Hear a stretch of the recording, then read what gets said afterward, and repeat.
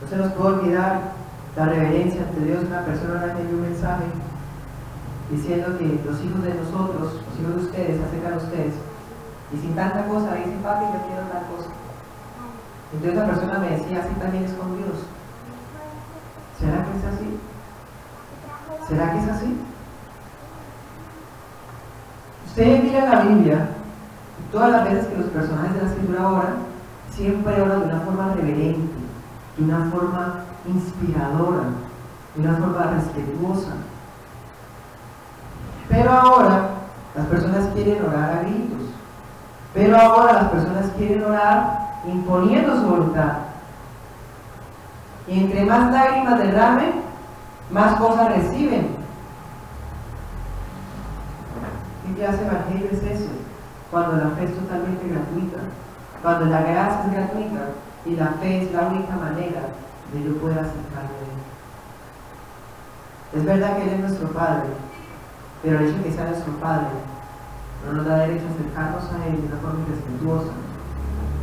¿Sí? No nos da derecho a acercarnos a Él, a imponer nuestros caprichos.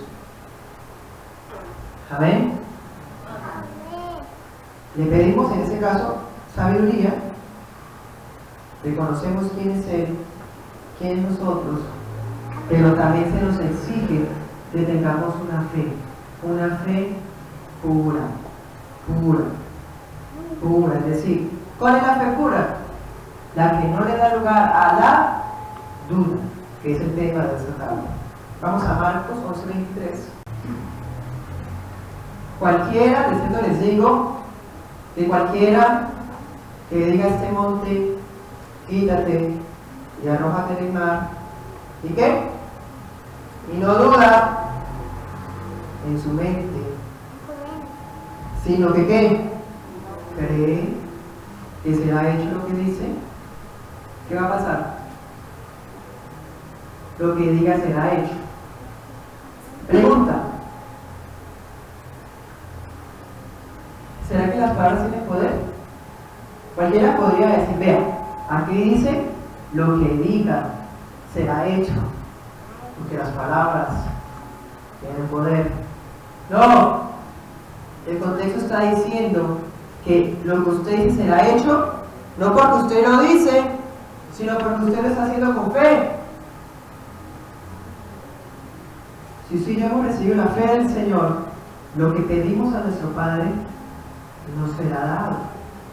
Obviamente las peticiones de nosotros no son peticiones caprichosas, egoístas, son las peticiones que estén en la soberana voluntad de Dios. ¿Sí? Miramos otro pasaje, Mateo 21:21. Jesús les dijo: de cierto les digo, si tienen fe y no dudan, no solo harán esto de la higuera, sino que si a ese monte le dicen: quítate y arrójate al mar, será hecho. Y todo lo que pidáis en oración creyendo, lo recibiréis.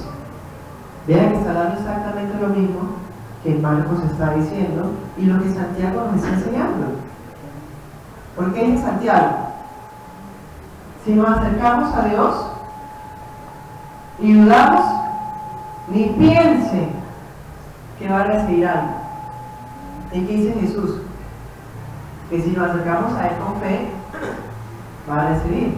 Vean que van de la mano ambos pasajes. Dios es generoso. Dios no nos va a negar lo que le pedimos, de acuerdo a su voluntad, para aclarar.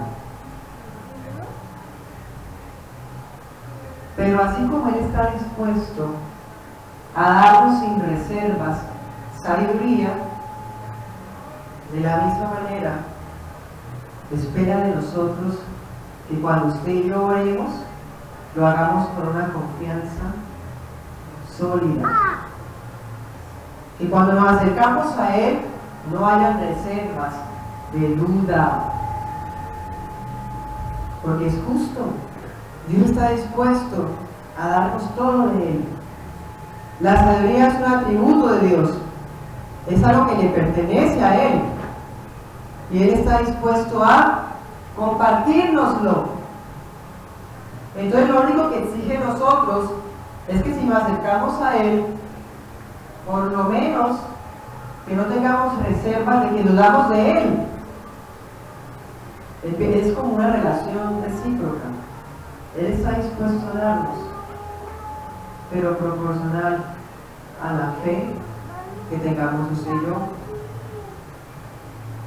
A ver, porque usted está pidiendo algo y usted dice, bueno, es como duro, como difícil. Eso no, yo lo pido, pero no me lo va a dar.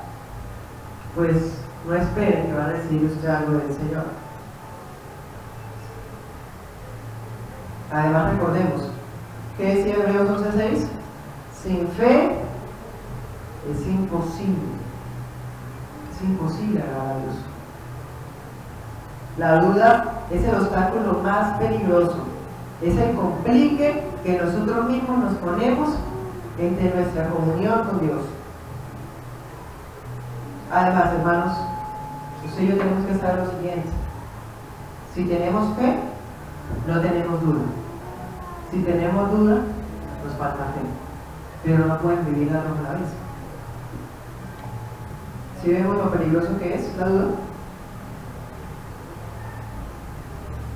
Es tan peligrosa que Santiago compara a la persona que duda ¿con qué? Con las olas del mar. Llevadas de aquí para allá.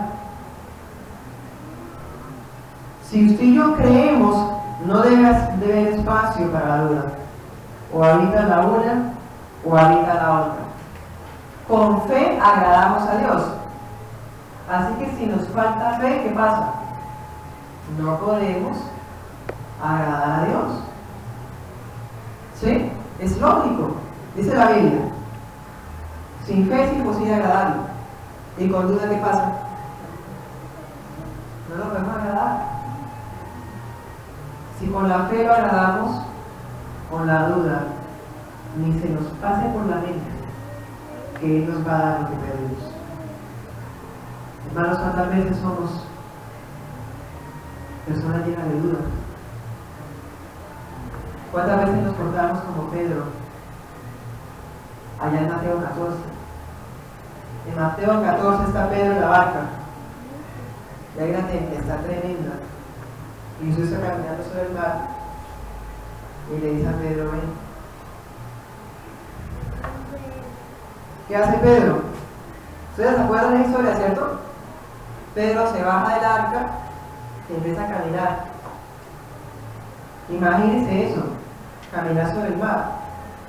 Pero la Biblia dice que Pedro se distrae y empieza a ver el viento, las olas, y empieza a tener duda y se empieza a hundir. Hermanos, Pedro caminó sobre el mar, pero la duda lo hundió. Y eso que tenía al lado, al Señor de los océanos. Entonces, tenemos que tener mucho cuidado porque la duda nos hunde. Y no solamente nos hundimos, sino que Santiago te dice que somos las mismas olas cuando dudamos. ¿Usted conoce el mar, hermano? Si no conoce el mar, podemos verlo, por ejemplo, en documentales o en televisión y vemos que esas olas son incontrolables. Las olas no hay nadie que les diga, no vaya por acá, vaya por el otro lado. Las olas siempre van en una dirección. ¿Será que las olas van en la dirección que ellas quieren? No, porque ellas van donde el viento las lleva. Entonces, las olas son incontrolables. Las olas no tienen esperanza de rumbo. De la misma forma somos nosotros cuando tenemos duda. Somos olas que no tenemos control, no tenemos esperanza. Somos llevados de un lado para otro por los vientos de la inquietud,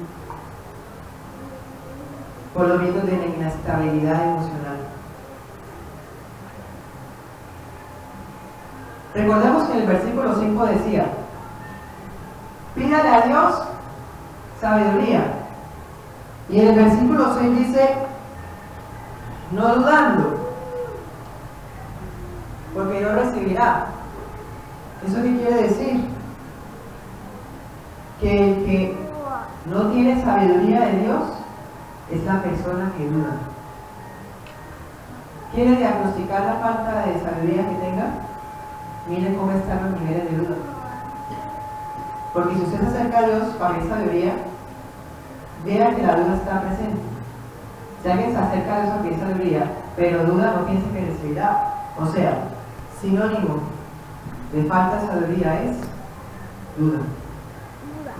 Porque hay personas que son tan instables, un día quieren algo, otro día no, un día se desaniman por los afanes, otro día están muy... Por eso el versículo 7 lo dice, ¿no? Muy claro: no piense tal hombre que recibirá cosa alguna del Señor. Entonces miremos la diferencia que hay. Si oramos con fe, recibiremos. Será contestada, nos será concedida, de acuerdo a la voluntad de Dios. Pero, si oramos llenos de duda, ni piense que recibirá. Una de las razones por las cuales Dios no contesta las oraciones, en realidad son muchas, bíblicamente son muchas. Por ejemplo, problemas conyugales, por ejemplo, falta de perdón, ¿sí? Pero una de ellas es la duda. Hermanos, ¿cuántas peticiones tenemos a Dios y simplemente nada que pasa? ¿Sabe que usted tiene que faltar? ¿Tiene que decir para que Dios me la dé?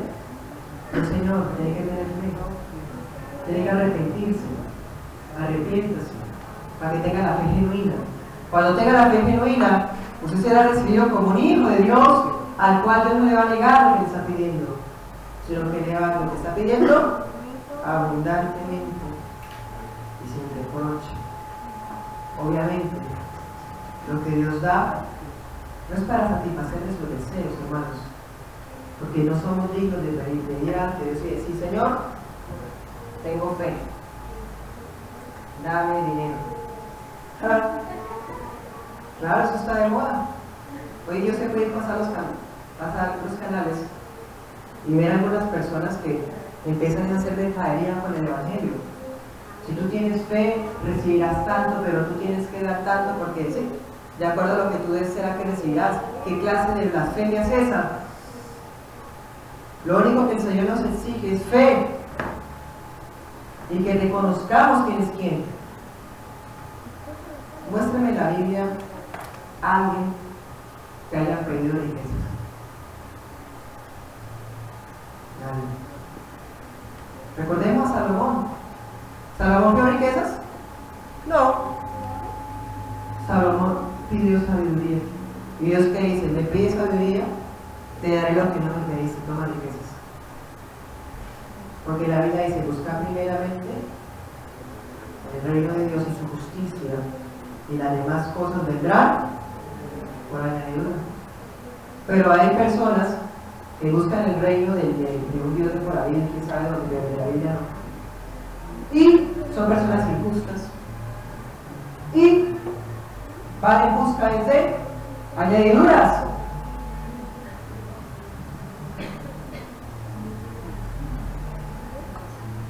No tenemos derecho, hermano, a pedir riquezas, así como no hoy. Es más, si todavía no me la cree, mire el versículo 10 del mismo. Dice: el que es rico, gloríese que va a ser humillado. En otras palabras, si alguien que es cristiano y es rico, Dios lo va a humillar. ¿Por qué? Porque Él nos enseña que no podemos aferrarnos a cosas de este mundo. Y las riquezas son lo más peligroso, que nos roban la verdadera fe del Señor. Así que nunca en la escritura ni en la historia de la iglesia un hombre de Dios ha pedido riquezas. Ay, o sea que no podemos pedir ni para las necesidades. Yo no he dicho eso. Yo no he dicho eso. Lo que estoy diciendo es, como dice también Proverbios 38.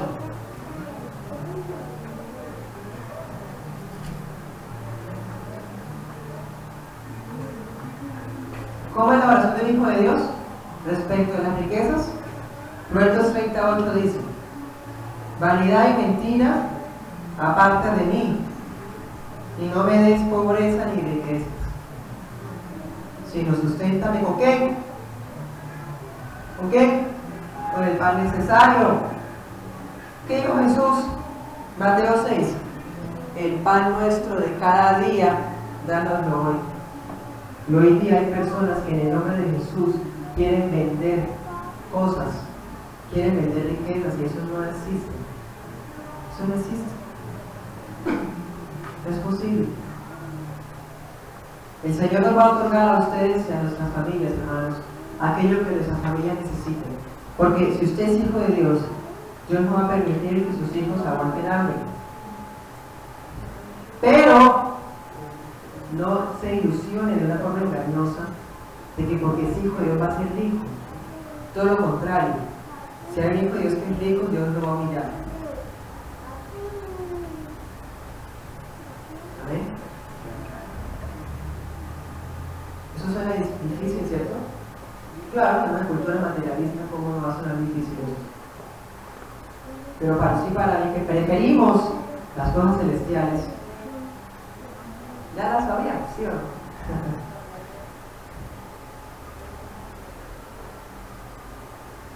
Entonces, dice ahí, Dios es todopoderoso, Dios es generoso, Dios va a dar solamente a aquellos que pidan con fe. Y al que no tiene fe lo describe como la ola del mar.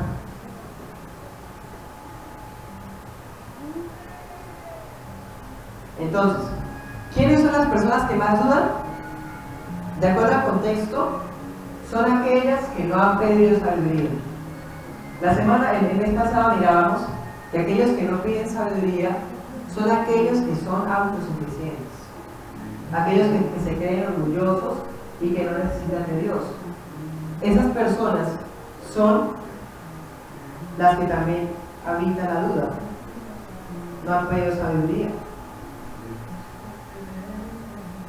Como ya les he dicho, alguien que duda es alguien que no tiene sabiduría. Yo le pregunto, hermano, ¿qué tipo de duda se refiere? Porque si de eso se trata, no hay nadie aquí que nos salvemos de que hayamos tenido duda. Entonces, ¿a qué se refiere? Pues yo le digo lo siguiente, hermanos, no todas las dudas están mal. Uy, ¿cómo así? Sí, escuche lo siguiente. ¿Cuántas veces le preguntamos a Dios algo y tenemos temor de que nos va a contestar sí o no, pero no porque dudemos de Dios, sino porque sabemos que no lo merecemos? Entonces dudamos que nos lo vaya a dar por eso. Entonces vean que esa duda es un tipo de duda que no es malsana, porque es una duda basada en una inseguridad por el pecado, por ejemplo. ¿Sí? ¿Cuántas veces nos acercamos a Dios preguntándonos si esa es la voluntad de lo que estamos pidiendo? ¿Será que eso es duda mala? No. Todo lo contrario, los hijos de Dios, cuando le pedimos algo a nuestro Señor, siempre tenemos como ese temor de pedirle algo que Él no quiera. ¿Cierto que sí? Hay un cierto grado de duda, pero es una duda que no es malsana. Otro ejemplo de duda: ¿cuántas veces luchamos con la incertidumbre? En fin, el caso es que hay un tipo de duda que es natural en todos nosotros. Por ejemplo, cuando nos está enseñando la Biblia, usted no puede tragar todo lo que escucha, no puede creer todo lo que le explica, usted lo tiene que demostrar en la Biblia, ¿cierto? Y para eso sé que requirió cierto grado de duda. Entonces veamos que la duda no siempre es malsana. Es malsana cuando dudamos de que Él sea capaz de darnos, ¿sí? Está mal cuando nos acercamos a Él diciendo que Él no nos va a dar lo que estamos pidiendo. Entonces, Santiago, ¿a qué más se está refiriendo? Santiago se está refiriendo a aquellos que son como las olas del mar que se llevan de un lado para otro. ¿Quiénes son esas personas? Vamos a Efesios 4. Miremos que la Biblia es su propio intérprete. Ella nos va a decir qué significa eso de las olas que la lleva un viento. Ya no seremos niños fluctuantes, llevados por doquier de todo viento de doctrina, por estratagemas de hombres, que para engañar emplean con astucia las artimañas de Edom. ¿A quiénes se está refiriendo entonces Santiago? Santiago se refiere a aquellos que tienen una duda peligrosa, dudas peligrosas, que atacan la verdad de Dios, hasta se atreven a dudar si verdad existe. Pero no solamente está hablando de esas personas, no solamente está hablando de los que no han pedido sabiduría porque son orgullosos, no solamente está hablando de aquellos que piden sabiduría, pero que piensan que no van a recibir lo que están pidiendo. Él se está refiriendo también a esas personas que son indecisas en la fe, que no esté firme, que todavía tenga dudas de la doctrina. Es a eso a los que me está hablando Santiago.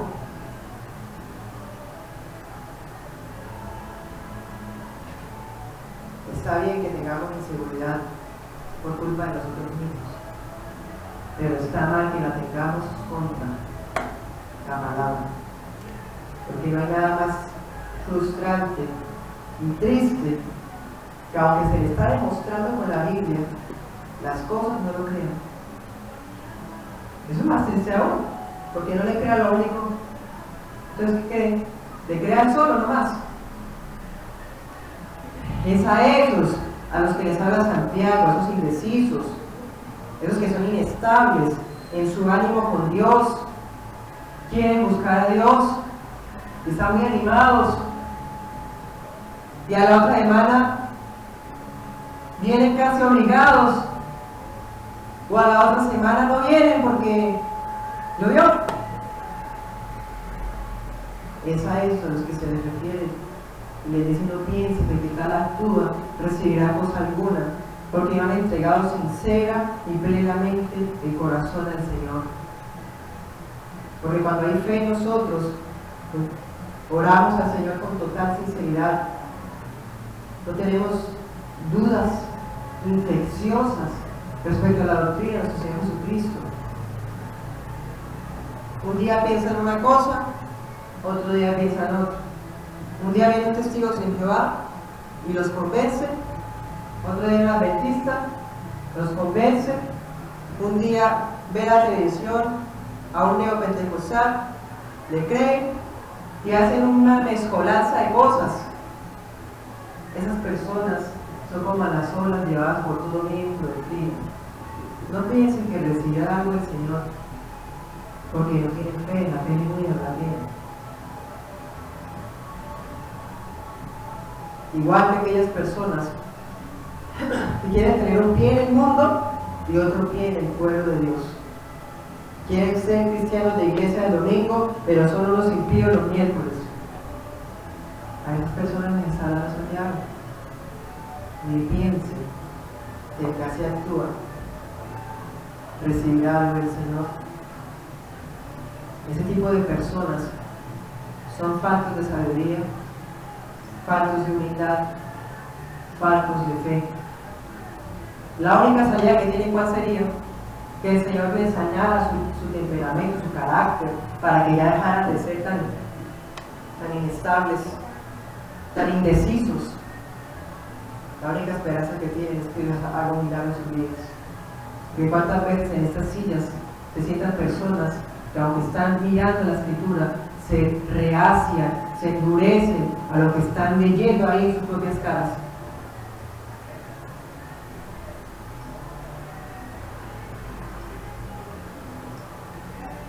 Y lo más irónico es que sí, otros vientos sí los llevarían. No nos convence la escritura, pero un charlatán que empieza a hablar con base en lo que un día soñó, sí le creen. Sí le creen a una persona que dijo que estuvo en el cielo, que fue para el infierno, que soñó que el Señor le dijo que a ellos sí le creen y a la Biblia no. ¿Qué clase de fe es esa? Sino una fe mundana, una fe estéril, una falsa fe. La fe verdadera discierne. La fe verdadera no se deja manipular por las estratagemas de los seres humanos engañosos. ¿Qué son estratagemas? Engaños, artimañas. Ese tipo de personas sin sabiduría y llenos de duda le creen al primer falso maestro y hablan mal de los verdaderos maestros. Esas son las ironías del ser humano. Por eso está escrito: muchos son llamados, pocos escogidos. Dice en el versículo 7, miren esa frase tan interesante que usa, dice: no piense tal hombre, dice tal hombre. Entonces miren que está hablando en plural, y en el versículo 7 se dedica a hablar de una sola persona. ¿Por qué? Porque la duda es un problema individual, es individual. Si su esposo tiene fe, usted, esposa, no va a ser contagiada de eso. Y viceversa, si su esposa tiene fe y usted como varón no la tiene, pues la fe de ella es de ella. No piense tal hombre, tal.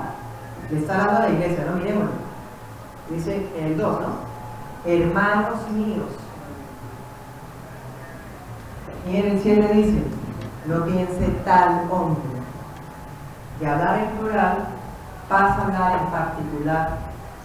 ¿Por qué? Porque la duda es algo, como ya les dije, natural del ser humano caído, pero con lo cual usted y yo tenemos que luchar individualmente. Mis dudas no me las podría solucionar mi madre,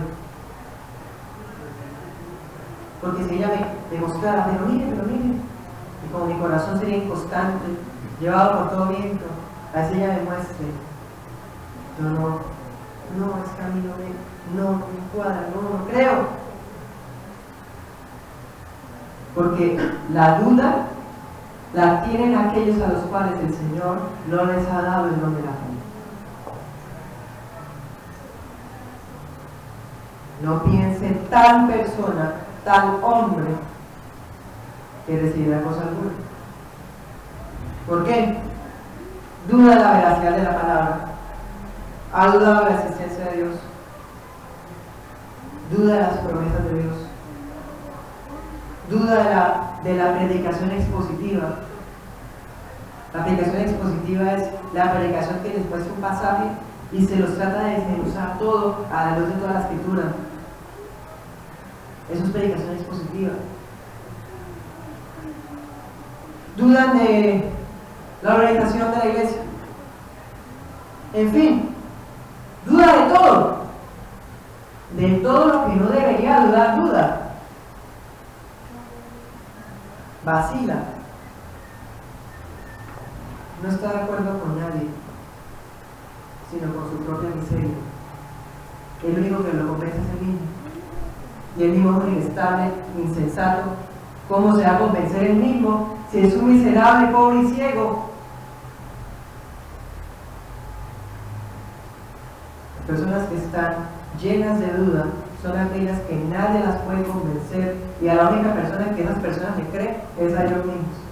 Y cuestionan a todo el mundo, pero no se cuestionan que ellos son personas cambiantes, que son personas inconstantes, no son personas indecisas, que son autosuficientes.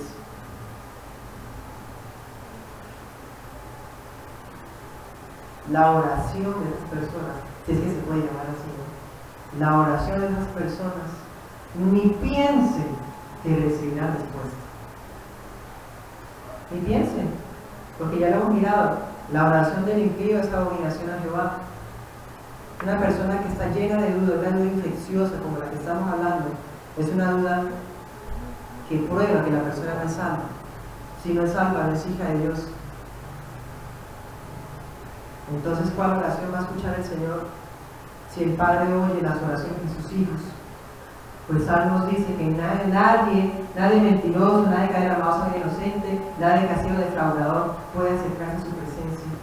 Ahora sí hay que duda de él, podría estar, mucho menos. En cambio, hermanos, proporcional a la fe que tengamos, ese va a ser nuestro nivel de sabiduría. No se trata de creerlo todo, porque ya se los he dicho. Tenemos que estar con discernimiento, probando los espíritus con la palabra, no con mis emociones. No es que a mí el Señor me está mostrando que así no es. No, Señor, muéstrame por qué.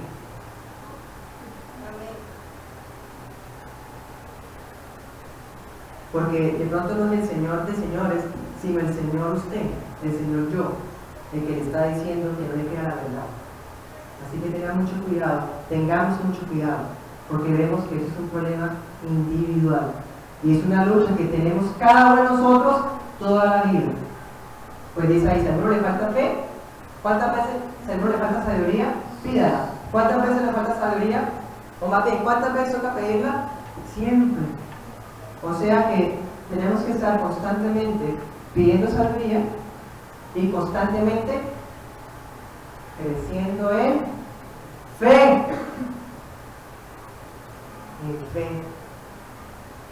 El que duda es inestable como las olas del mar, que no son autónomas, sino que son controladas por el curso del viento. Tal hombre es inconstante, tal hombre es inquieto, tal hombre es inestable. No tiene nada seguro que lo guíe en su vida, porque no es sabio. ¿Cómo hacemos para vivir nuestra vida en paz? ¿Cómo hacemos para tomar buenas decisiones si no es con la sabiduría de Dios? Entonces, ¿qué esperanza tiene alguien que no tiene la sabiduría que viene en lo alto?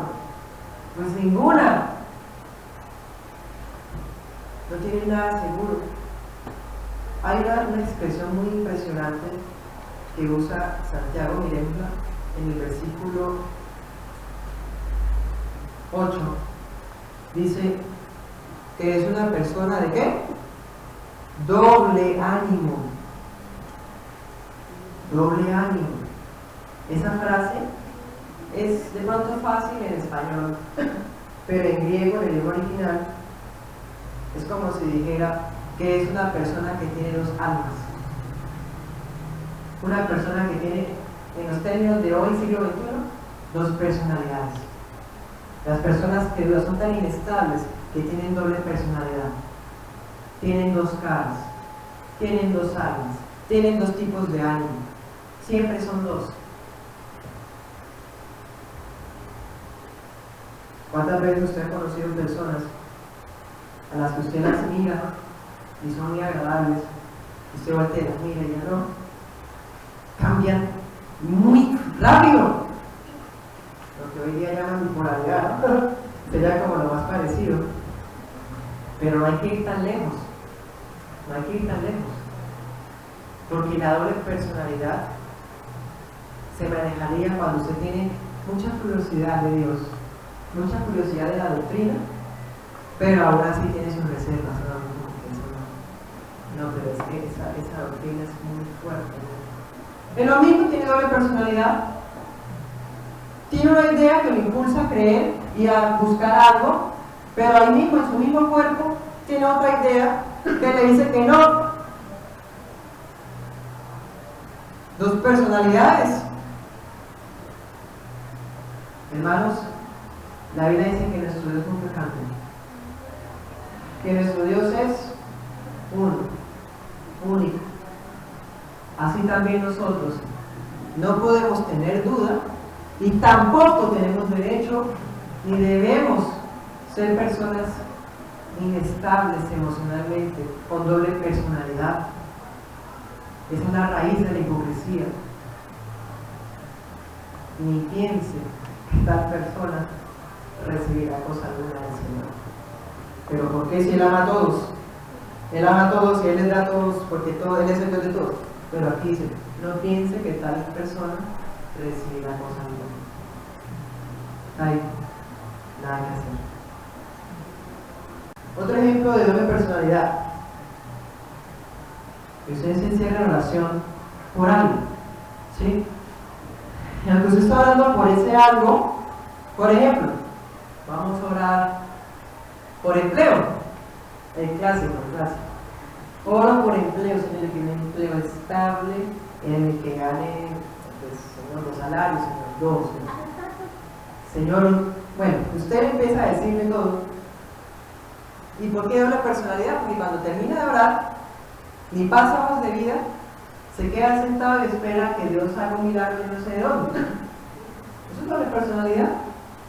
Le está diciendo que tiene fe en Dios, pero no hace nada que lo pruebe, pues la fe sin obras es muerta. Doble personalidad. Ni piense que tal va a recibir algo. ¿Sí?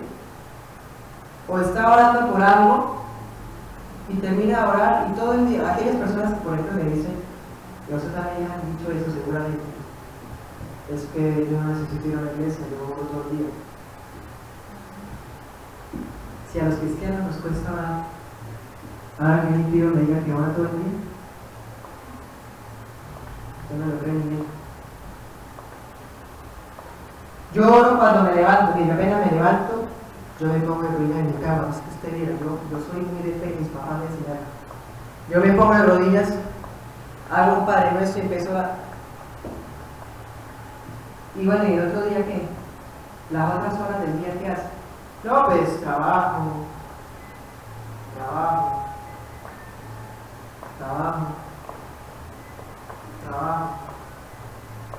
O sea, supuestamente se levanta una hora del día a buscar de Dios y en todo lo demás del día Dios no aparece, se olvidó de Dios.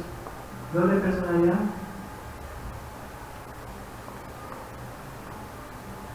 Hermanos, ¿será que usted y yo como cristianos no luchamos contra la duda? Sí, y tenemos que hacerlo todos los días. Vamos a Marcos 9, un ejemplo bellísimo. Un ejemplo bellísimo de alguien que tenía dudas y las venció. Porque entonces, ¿qué escapatoria tiene que tiene dudas? ¿Ya no tiene esperanzas? Pues no tiene esperanzas porque nosotros no podemos hacer nada por él. Podemos tratar de convencerlo con la Biblia. Mire, pero si no le da entendimiento. Entonces, ¿cuál es la esperanza que tiene? Marcos 9.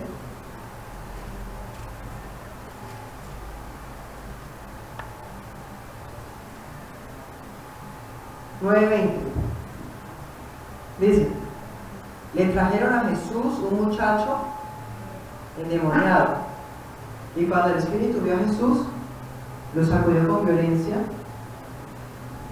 bueno, con tanta violencia que cayó al suelo, revolcándose y echando espuma a manajos. Un demonio, no dice otra cosa.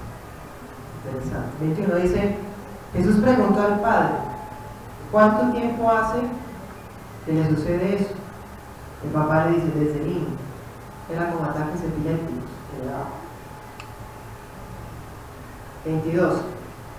Muchas veces lo arroja al fuego, al agua, para matarlo. Pero si puedes hacer algo, mire las palabras de papá. Si puedes hacer algo, ten misericordia de nosotros y ayúdanos. ¿Qué percibimos ahí? Cierto grado de duda, ¿cierto? Ahí vemos duda. Si puedes. Sigamos leyendo. 23. Jesús lo sabe y le dice, si puedes creer, al que cree todo es posible. 24. Miren esas palabras hermosas. Inmediatamente el padre del muchacho clamó y dijo, creo, ayuda mi incredulidad. ¡Qué belleza! ¡Qué belleza!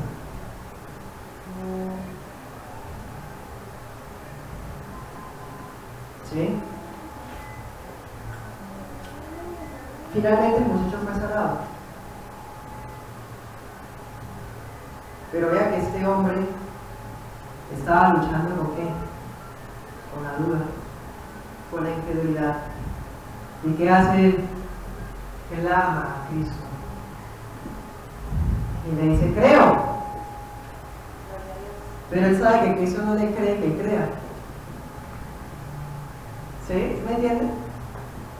Entonces él sabe, empieza ya a reconocer que Cristo conoce las intenciones del corazón y le dice, yo creo, ayuda a mi incredulidad. ¿Sí ven? Reconoció su incredulidad, su estado de duda miserable y le clama al Señor. ¿Y el Señor qué hace? Le otorga lo que pide. Entonces Santiago dice, ni piense que recibirá cosa alguna, pero aquí ya muestra fe, porque reconoció la duda y clama porque nos salve de ella. Qué belleza, qué hermoso. Un papá desesperado por su hijo.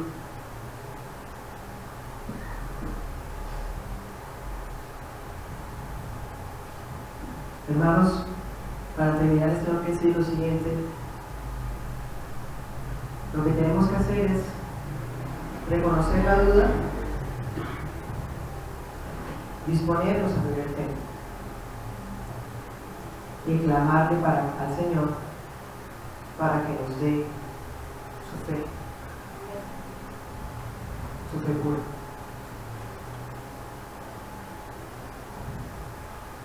Eso es lo que necesitamos. El que esté lleno de duda no recibirá la bendición de Dios. El que se niega a aceptar la verdad de Dios con base en sus dudas no recibirá lo que pide. ¿Es pecado la duda entonces?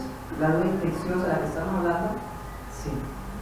Romanos 14:23 dice, todo aquello que no provenga de la fe es pecado. ¿Cuántas veces, por ejemplo, miren un ejemplo tan simple? ¿Cuántas veces si yo comemos algo con cierta